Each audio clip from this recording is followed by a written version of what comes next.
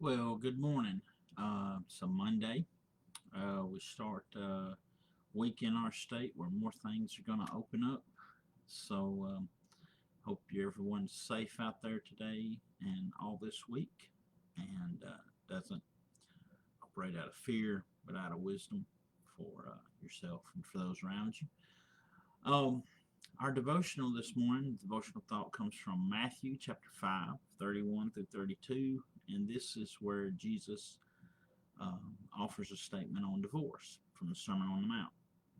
Now, before we get into this he just makes a point blank statement. It's good to rehash where we've come so far to keep in mind things about Sermon on the Mount. Number one, it's about how people are to be citizens of God's kingdom, citizens of the kingdom of heaven, while living on the earth.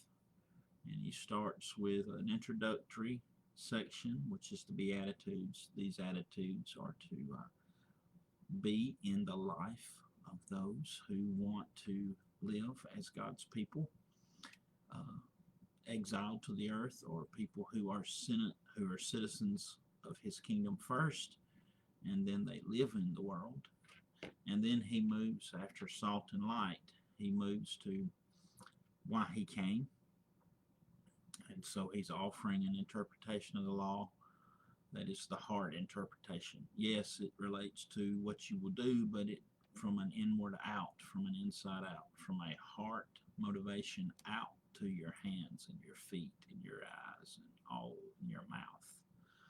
And then he deals with anger, which is a major issue with us, and then lust, which is also a major issue with us. And then he leads into divorce, which would deal with a marriage relationship where anger and lust would start to show up in this relationship and would cause strife in this relationship. So he's structured this very carefully, and there's a flow and a thought because right after divorce comes oaths, taking an oath, and though that is related to marriage because you pledge yourself. So I think it's also important that we remember that this is not the full counsel of God on divorce. The Bible has much to say about divorce, and it really gives you the impression distinctly that there is not one size fits all, and there is a lot of factors to consider, and it's almost a case by case because marriage relationships are complex, and there's not one simple statement. People say, well, God hates divorce. Well, in Jeremiah 3:8, he says he divorced his wife, Israel, this generation, because they played the harlot. So God doesn't, quote unquote, hate divorce. He hates unscriptural divorce. And this is what Jesus is driving at. So we're going to read the text. So it was also said, referring to times of old, the law, whoever divorces his wife, let him give her a certificate of divorce. But I say to you, everyone who divorces his wife, except on the ground of sexual immorality, makes her commit adultery, and whoever marries a divorced woman commits adultery. So in view there is, oh, okay, if you divorce a wife, just give her a certificate of divorce. Well, Moses wrote that because of the sinfulness of men's hearts, because they were divorcing their wives just because they said they were incompatible because they burnt the lamb, or they grew tired of them, or they got angry with them, or they saw someone that they lusted after more, so to speak. So this is how all this plays in. He says, but I say to you, there's a deeper meaning here, that everyone who divorces his wife, unless grounded sexual immorality, which has larger implications to covenant faithfulness to your marriage and to one another, makes her commit adultery, and whoever marries a divorced woman commits adultery. So The idea is divorce is not, should not be easily undertaken and prevalent among the people of God.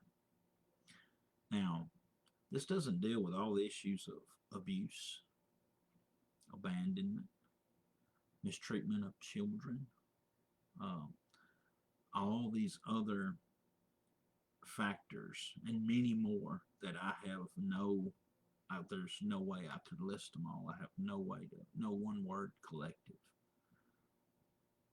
So the idea is just divorcing someone because you quote unquote grow apart or tired of them, or for those type reasons, just almost like it's a easy thing you do. I mean, access to it may be easy, but it's not something that's taken lightly. Or that's the idea, because as we will learn later in Scripture, marriage actually symbolizes God's love for His church, which God has alluded to all throughout the Old Testament when He's called Israel His wife, His bride, and which the Jeremiah passage points to. So this is more talking about a priority put on marriage and sustaining it than it is a condemnation of everybody who's ever been divorced, because that's just not what the Bible teaches, and Jesus is not contradicting the teaching of God. So it was also said, whoever divorces his wife, let her give him a certificate of divorce. That was written because men were just making such an easy act of it. Well, all I got to do is write her certificate. And this was a male-dominated society. But I say to you, and he says, but I say the deeper meaning is everyone who does this, unless it's for marital unfaithfulness. And that word, porneia or pornesis, relates to unfaithfulness in sexual nature. And whoever marries a divorced woman commits adultery. So the idea is the seriousness of it.